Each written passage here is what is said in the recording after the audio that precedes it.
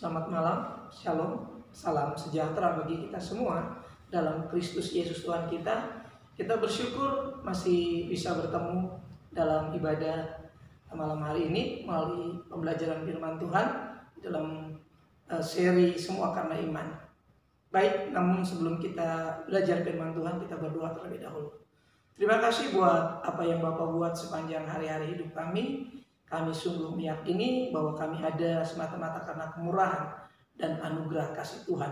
Sehingga pada malam hari ini kami diberikan waktu kelegaan untuk bersekutu bersama-sama menikmati kasih, kemurahan, bahkan firman yang menjadi makanan bagi rohani kami. Pimpin kami Tuhan sepanjang pembelajaran firman Tuhan. Sampai selesai kami boleh hidup di dalam pimpinan firman Tuhan. Dalam Kristus kami berdoa dan mengucapkan syukur. Haleluya. Amin. Bapak Ibu saudara dikasih oleh Tuhan, pada kesempatan malam hari ini kita sudah sampai di ayat yang kelima dalam pelajaran kita Ibrani pasal 12. Ya, dimana malam hari ini judul kecil yang kita akan terima adalah menyikapi dengan iman. Saya akan baca ayat 5 ini, Ibrani pasal 12. Dan sudah lupakah kamu akan nasihat yang berbicara kepada kamu seperti kepada anak-anak? Hai anakku, janganlah anggap enteng didikan Tuhan, dan janganlah putus asa apabila engkau diperingatkannya. Saya coba mengingat kembali bahwa Ibrani pasal 12 ayat 5 ini adalah kutipan dari Amsal 3 ayat yang ke-11. Saya baca Amsal 3 ayat yang ke-11. Ya, saya baca terlebih dahulu. Hai anakku, janganlah engkau menolak didikan Tuhan, dan janganlah engkau bosan akan peringatannya. Nah, kalau kita sinergikan dua ayat ini, di mana ayat ini berbeda waktu, namun pesan firman Tuhan sungguh sangat luar biasa. Antara tulisan Amsal dan tulisan kitab Ibrani ini memberikan isyarat kepada kita bahwa betapa pentingnya kita menyikapi segala sesuatu dengan iman. Ya, kalau kita mengalami satu peristiwa dalam kehidupan kita, mengalami suatu masalah, proses yang menyangkut keberadaan kerohanian iman kita, tentu ini membutuhkan sikap, di mana di dalamnya juga ada respon. Jadi nggak cuma sekedar respon, tapi menuntut sikap kita. Bagaimana kita bereaksi dan bagaimana kemudian kita menindaklanjutinya setelah kita merespon dan kita kemudian menjalaninya. Karena ini bagian dari sebuah rencana kehidupan anak-anak Tuhan yang sudah ada di dalam kehendak Tuhan.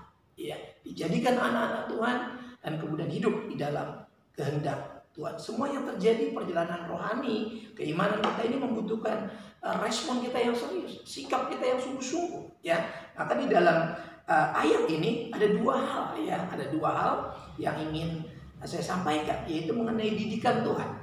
Ya, di dalam pembelajaran iman ini, didikan Tuhan itu dikatakan jangan anggap enteng. Ini tentu kita punya pendapat, kita punya satu argumen, kita juga punya keyakinan bahwa memang kita betul-betul sadar sebagai anak Allah, anak Tuhan. Ini hanya bisa dipahami konteks anak-anak Allah, anak-anak penyanyi dalam kekristenan. Di luar kekristenan orang akan tertawa kalau kita ngomong anak-anak Tuhan, karena ya nggak apa-apa mereka tertawa, nggak apa-apa, karena itu mereka nggak ngerti. Tapi kalau kita sudah seharusnya mengerti ketika kita ngomong anak-anak Tuhan, konteksnya seperti apa. Tentu ini berbicara keimanan. Ya, orang yang di luar iman Kristen akan tertawa, memang itu sah-sah saja. Tapi saya ingin berbicara kepada kita semua di dalam konteks kekristenan kita. Kalau kita dididik Tuhan, karena kita dianggap sebagai anak. Tentu konteks ini harus kita pahami secara jelas, kita secara serius, bahwa waktu kita dididik oleh Tuhan, kita harus betul-betul jangan menganggap enteng didikan Tuhan. Ini penting buat kebaikan kita. Sama kita perhatikan orang tua kita aja dalam waktu yang terbatas telah mendidik kita. Tuhan mendidik kita dalam waktu yang tidak terbatas, itu alkitabiah. Ya, papa mama kita mendidik kita dengan waktu yang sangat terbatas. Ya, saya sudah tidak punya orang tua, tapi saya percaya didikan Tuhan sampai hari ini masih mendidik saya, walaupun papa mama saya sudah berhenti mendidik saya. Tanggung jawab mereka sudah selesai mendidik saya. Sekarang Tuhan tetap mendidik saya. Makanya saya kemudian menyadari ketika kita diproses dalam suatu proses pendidikan dari Tuhan, ini terjadi hal-hal yang mungkin saja membuat kita bisa salah dan bisa tetap kita stabil dalam mempercayai Tuhan. Karena ada dua kemungkinan yang terjadi waktu kita dididik oleh Tuhan, ya. Tetap bertahan, artinya kita akan tetap hidup seperti anak-anak Tuhan. Seharusnya hidup suci, hidup benar, tunduk kepada Allah, ya, tunduk kepada Tuhan, kepada firman, tetap setia dan melakukan kehendaknya. Atau yang kedua adalah kemudian menganggap enteng dan kita menyepelekan, ya. Dikatakan di dalam Amsal tadi, hai anakku, janganlah engkau menolak didikan Tuhan dan janganlah engkau bosan akan peringatan. Mungkin saja kita jadi menolak. Ini kemungkinan yang kedua, dan kemudian kita menjadi murtad. Itu mungkin. Karena ini proses didikan, memang selama kita menjalani pendidikan, seseorang yang menjalani satu proses pendidikan itu nggak enak, saudara. Saya pernah tinggal di satu asrama ketika saya sekolah Alkitab, ya. Saya bisa saja tidak memilih sekolah Alkitab yang prosesnya begitu tidak enak menurut saya. Saya bisa aja mungkin kos, tinggal di luar, mungkin bisa. Tapi kenapa? Karena saya ingin belajar, ternyata memang di proses itu nggak enak. Kita bisa bergesekan satu dengan yang lain, dengan teman-teman di asrama, perihal makan, perihal tidur, perihal belajar, segala macam. Tapi saya katakan sekali lagi itu bukan hal yang enak. Tapi karena ini penting untuk masa depan pelayanan saya, sehingga kemudian dari situ saya bisa belajar bagaimana memahami orang dalam satu kamar, ya teman satu tempat ini yang berbeda karakter, dari berbagai suku, ya, dari berbagai daerah, kita menjadi satu dalam sebuah asrama, sekolahan kita. Saya lihat di sana sangat penting didikan Tuhan. Lalu kita didik dalam disiplin waktu belajar, berdoa, puasa, memuji, menyembah, melayani, kemudian melakukan aktivitas yang umum keseharian kita sebagai pribadi yang dibentuk. Dan saya rasakan dampaknya sampai hari ini masih sangat luar biasa, ya. Walaupun saya rasa itu waktunya sangat terbatas, sangat singkat sekali. Saya bisa punya pilihan di sana. Saya bisa tetap bertahan dan hidup sebagai orang didik, dan saya bisa keluar, lari dari proses pendidikan itu. Bisa saja. Syukur kepada Allah dalam Yesus Kristus, ya saya tidak lari. Sampai hari ini, walaupun proses tidak panjang saya alami, dampaknya sangat besar. Saya bisa memahami bahwa Tuhan mendidik kita dalam waktu yang tidak terbatas. Kalau dia mendidik kita, dia memberikan juga cinta kasihnya. Ya, sama seperti papa mama kita ketika mendidik kita, mungkin sekali waktu dia agak keras mendidik kita, tapi dia nggak akan menghilangkan cinta kasihnya kepada kita. Ya, saya masih merasakan kasih orang tua saya sampai hari ini. Ya, kalau mereka tidak mengasihi saya, ya ketika saya menyadari bahwa almarhum orang tua saya tidak mengasihi saya, mungkin saya sudah seperti apa?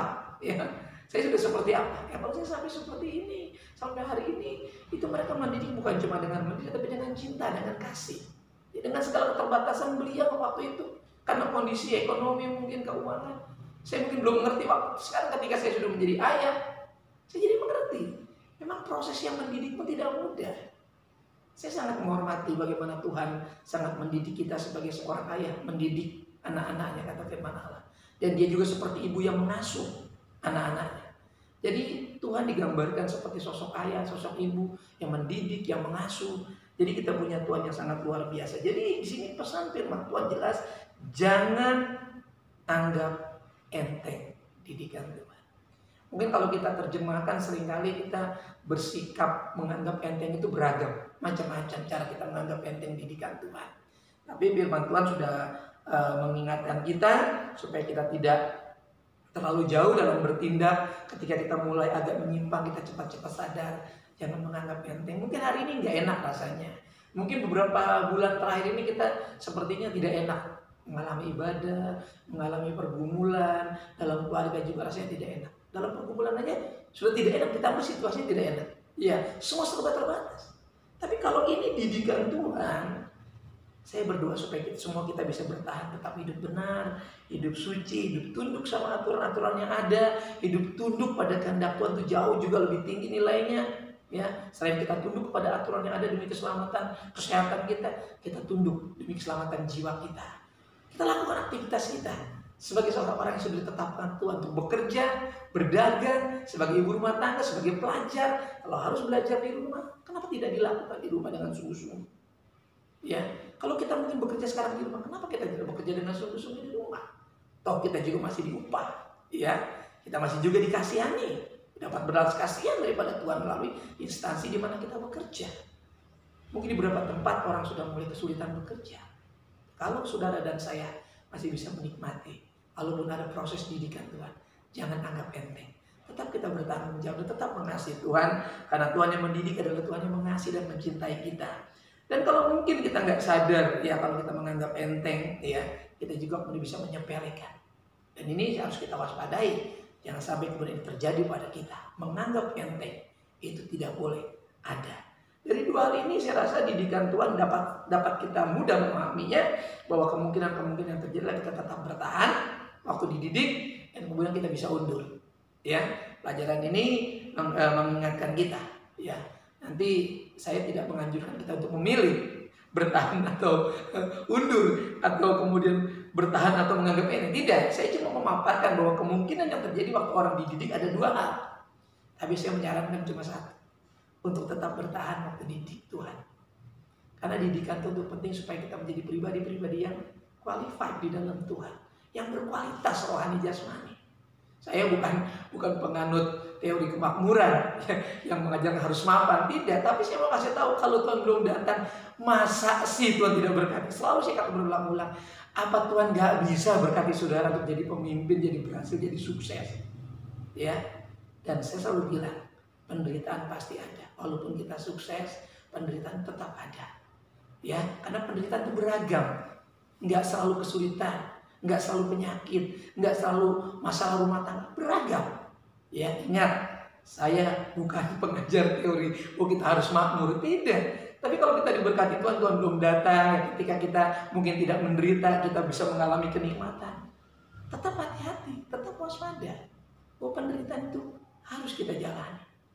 Ya mungkin tidak menderita kekurangan, tapi ingat, batinnya kita juga bisa diancam oleh kuasa-kuasa di luar kuasa Roh Kudus. Maka penting sekali melekat kepada Tuhan, sehingga apapun yang diizinkan Tuhan, ya diluaskan Tuhan. Ya, kalau sekali waktu mungkin saudara kekurangan, sekali waktu saudara juga jadi mapan, diberkati Tuhan. Kalau Tuhan belum datang, pasti Tuhan punya rencana. Tetap saja kita anggap ini pun didikan Tuhan, supaya kalau kita diberkati, kita nggak bilang, mana Tuhan, mana Tuhan. Ya, kalau kita kekurangan, kita menyalahkan Tuhan. Kalau kita kelaparan, kita menyalahkan Tuhan. Atau kita kekurangan, kata firman Tuhan, kita mencuri. Tidak, saudara. Tidak boleh seperti itu. Kita harus betul-betul, apapun didikan Tuhan itu baik buat kehidupan kita. Sehingga kita harus tetap ada di dalam jalan Tuhan, tetap setia mengasihi Tuhan, melakukan kehendak Tuhan. Karena minggu lalu saya katakan, karena Tuhan bekerja di dalam waktunya. Waktu kita berdoa, terjadi waktu Tuhan, terjadi pernyataan Tuhan. Tuhan hanya sejauh doa kita. Makanya kita harus terus berdoa. Dimanapun, kapanpun, seperti apapun situasinya. Kalau mungkin hari ini sudah lemah tubuh, berdoa sambil tidur, monggo, berdoalah. Walaupun Anda harus tidur, tetap hati kita terpaut kepada sorga. Tempat Allah berdiam. Hadiratnya ada di mana-mana. Walaupun surga, tempat kediaman Allah yang tetap, kata firman Allah. Yang kedua, setelah didikan Tuhan, yaitu peringatan Tuhan. Di sini ayat jelas sekali yang mengatakan bahwa jangan putus asa. Perhatikan, kita lihat lagi, ayat anakku, janganlah anggap enteng didikan Tuhan. Dan yang kedua, janganlah putus asa. Putus asa itu tidak boleh apabila engkau diperingatkan. Peringatan ini agak berbeda dengan didikan. Seringkali ketika ada yang menyimpang sedikit, ya kan, lalu kita diperingatkan. Nah, yang perlu kita waspadai adalah sikap putus asa itu nggak boleh.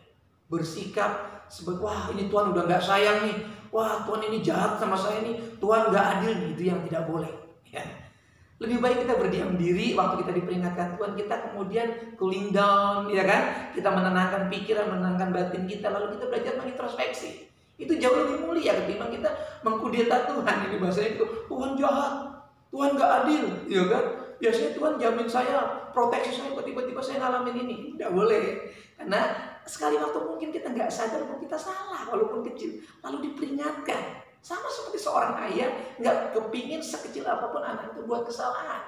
Orang tua ingin anak-anak itu perfect. Saya pernah jadi anak, dan sekarang saya jadi orang tua. Nanti mungkin anak-anak muda juga bisa jadi ayah. Ya, saudara yang mendengar firman-Nya hari ini kau akan menyadari itu. Oh, kita nggak ingin ada satupun kesalahan. Ya, dalam proses yang kita jalani bersama keluarga. Karena dalam ibadah keluarga ini kita berusaha untuk menjadi sempurna seperti apa yang Tuhan mau. Baik dalam kehidupan rumah tangga, pekerjaan, pendidikan, bahkan keseharian kita, interaksi kita satu dengan yang lain. Jadi jangan putus asa. Bahkan di Amsal tadi dikatakan, dan janganlah engkau bosan. Ya, bosan kalau diperingatkan. Oh ini Tuhan gini terus nih. Ini firman Tuhan nih, gini terus nih. Ya.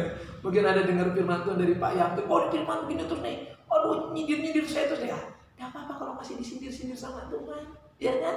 Tuhan tuh di sorga, di hati kita. Ya nggak perlu malu disindir Tuhan. Yang penting kita sadar waktu disindir gitu loh. Ya kan? Jangan kemudian kita marah sama Tuhan, kita bosan, lalu kita kemudian putus asa.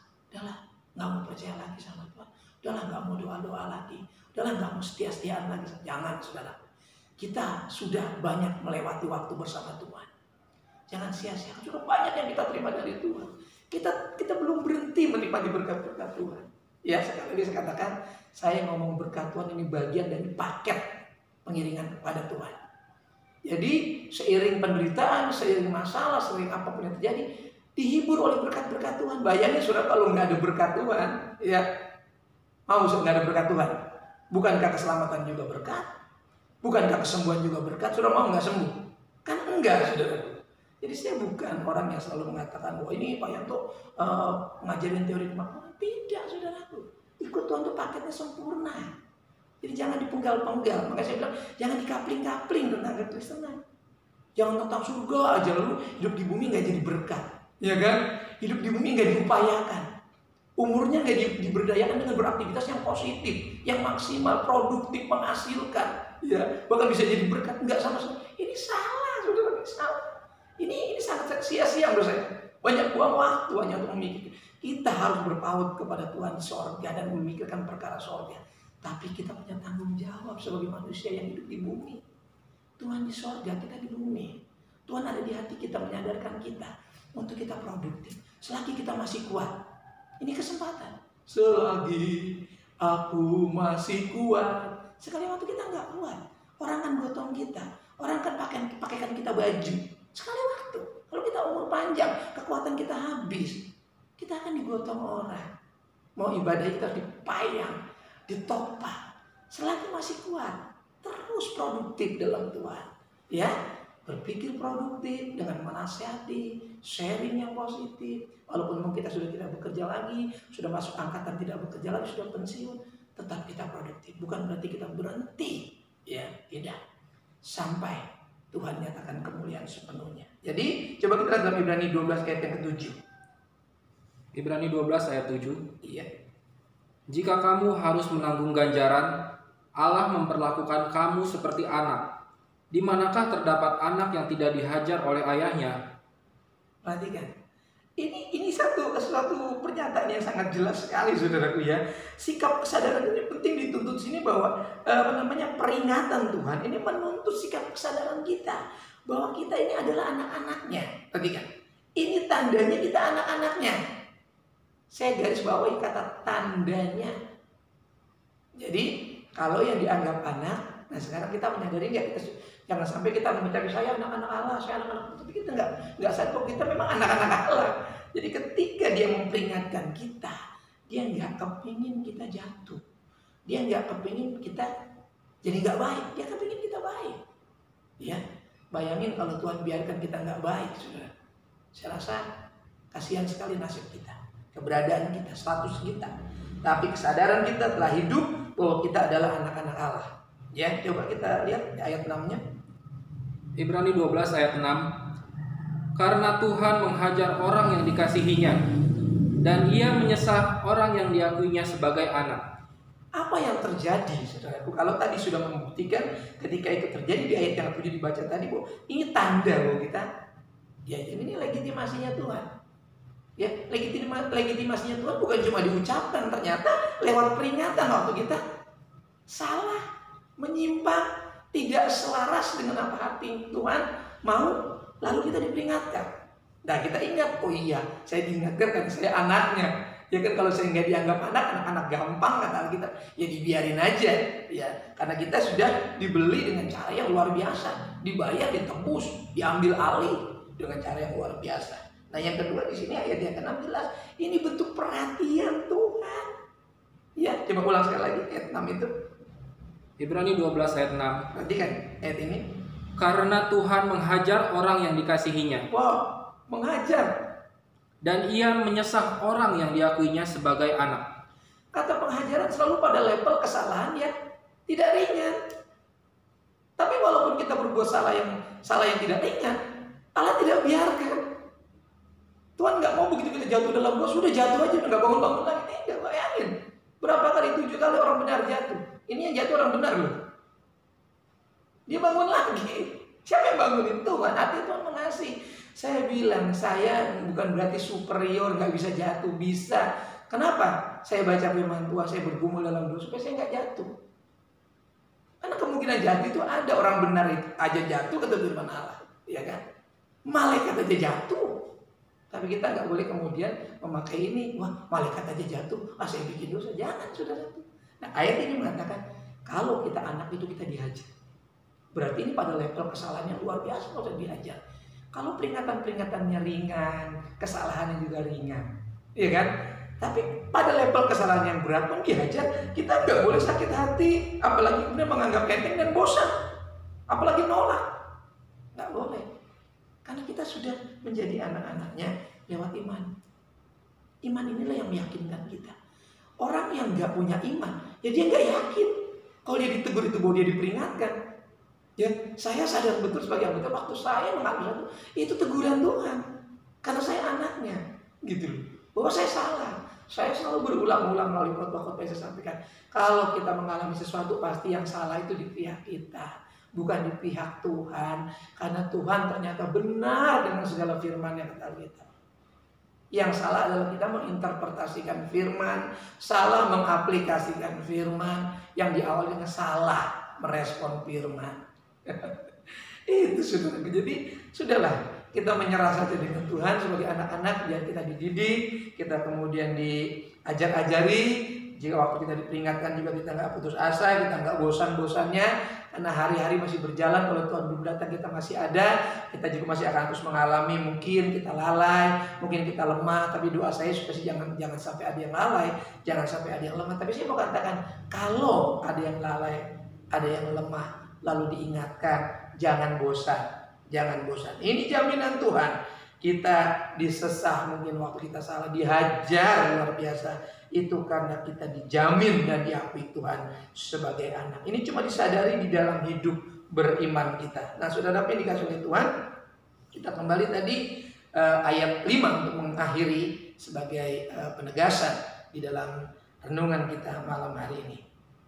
Dan sudah lupakah kamu akan nasihat yang berbicara kepada kamu seperti kepada anak-anak? Hai anakku, janganlah anggap enteng didikan Tuhan, dan jangan putus asa apabila engkau diperingatkan Tuhan. Jadi saya dapat tegaskan kembali bagian akhir ini. Hanya di dalam iman kita bisa mengerti, menyadari, dan menyikapi hal ini. Karena ini pasti terjadi, bukan mudah-mudahan terjadi, pasti terjadi. Ya siapapun kita belum ada yang sempurna. Ya, sampai yang sempurna itu betul-betul menguasai seluruh keberadaan kita. Jadi jangan pernah menolak. Ya, jadi jangan pernah bosan. Ya, iman akan membuat kita paham dan mampu bertahan. Tuhan memberkati kita. Kita terus belajar firman sampai rupa Kristus nyata. Kita tunduk kepala. Terima kasih buat firman kebenaran malam hari ini. Hamba-Mu sudah menyampaikan apa yang Kau berikan untuk dibagikan makanan rohani ini, roti hidup yang dari sorga ini, yaitu untuk membuat kami kuat senantiasa di tengah proses kehidupan, didikan, peringatan ketika kami mengalami ada hal yang tidak bersesuaian dengan kehendak Tuhan. Kami tidak menolak, kami tidak bosan, dan kami juga tidak putus asa. Bahkan kami tidak marah, tidak undur daripada Tuhan. Tapi kami boleh menyadari bahwa kami adalah anak-anak Tuhan yang sudah dilahirkan secara ilahi oleh Tuhan melalui karya penebusan lewat Roh Kudus yang dianugerahkan. Dalam Kristus kami berdoa dan mengucapkan syukur. Haleluya. Amin. Bapak Ibu Saudara dikasihi Tuhan, bersyukur untuk kesempatan sampai pada hari ini. Saya dan saudara masih dalam pemeliharaan perlindungan Tuhan. Kami sekeluarga juga masih dipiara Tuhan. Kami masih bisa melayani. Ini semua karena doa-doa saudara, karena kemurahan kasih Tuhan yang bekerja dalam doa-doa saudara.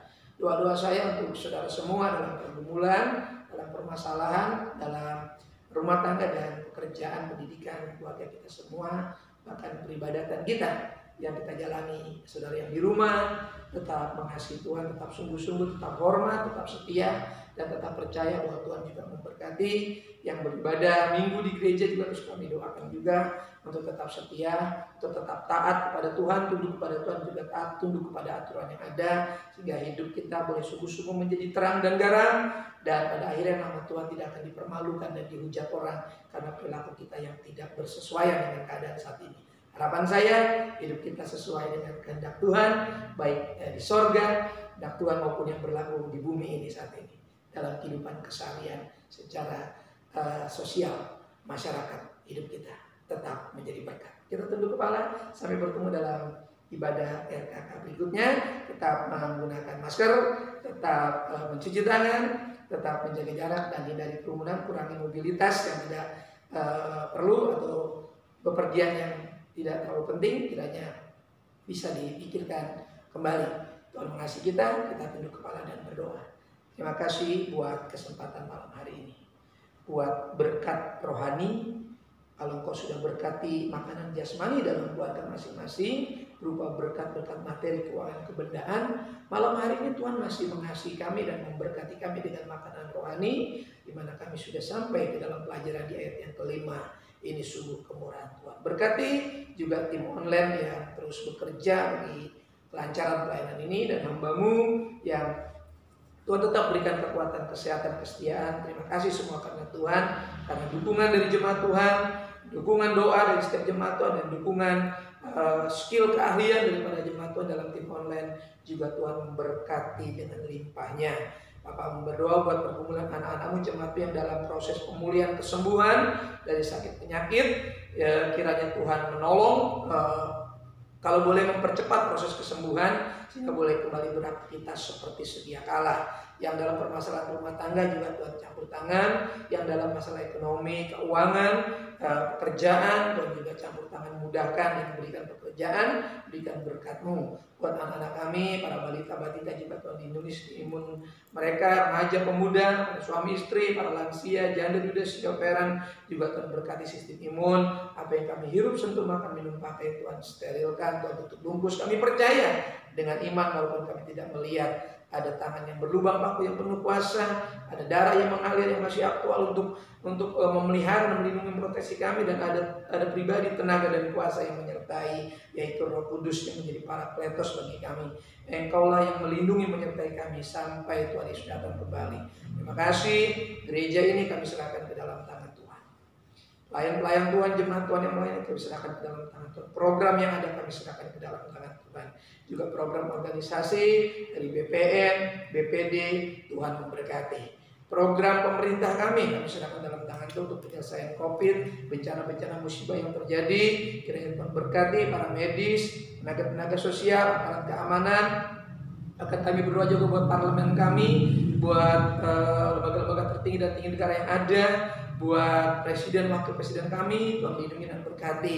Tuhan berkati seluruh kekuatan yang ada di bangsa ini dalam pemulihan keadaan ekonomi, sosial, bahkan permasalahan status Indonesia yang saat ini masih mengalami COVID-19. Tuhan kiranya Engkau menolong, membela. Jadikan negara kami negara yang adil, makmur, cukup sandang pangan, keamanan di mana Injil Tuhan tak bebas diberitakan. Dari Sabang sampai Merauke, dari Miangas sampai ke Pulau Rote, tercipta kesejahteraan yang merata. Sejahterakan kota kami, lingkungan kami, karena kesejahteraan bangsa, kesejahteraan kota, kesejahteraan lingkungan adalah kesejahteraan kami. Terpujilah Engkau Tuhan kekal selama-lamanya, di mana persembahan-persembahan juga yang akan kami berikan, kiranya suci kuduskan, kami kumpulkan untuk membantu pekerjaan Tuhan di masa-masa pandemi ini. Kami percaya gereja Tuhan tidak akan berkekurangan. Dari kami untuk kami, bagi kemuliaan nama Tuhan, kiranya keberkatan seluruh kami sekalian. Sebentar kami akan melewati malam hari ini, sertai kami pimpin dan tibakan kami esok hari, esok pagi dengan berkat-berkat yang sudah diperbarui, dengan umur yang sudah diperpanjang. Tuhan memberkati. Bapak Ibu Saudara sidang jemaat RKK yang dirahmati oleh Tuhan, buka kedua belah telapak tangan, mengarahkan mata hatimu kepada berkat Tuhan. Turunlah kiranya anugerah damai sejahtera dari Bapa kita yang di sorga, kasih sayang kecintaan dari pengantar yang hidup yaitu Tuhan Yesus Kristus, persekutuan keintiman penyertaan Roh Kudusnya menyertai saya, menyertai saudaraku sekaliannya, mulai malam hari ini sampai fajar Maranatha, Tuhan menjemput kita di awan-awan yang permai dalam berkat nama Tuhan Yesus Kristus. Kita yang menerima berkat Tuhan sama-sama katakan amin. Tuhan berkati kita. Shalom, selamat malam.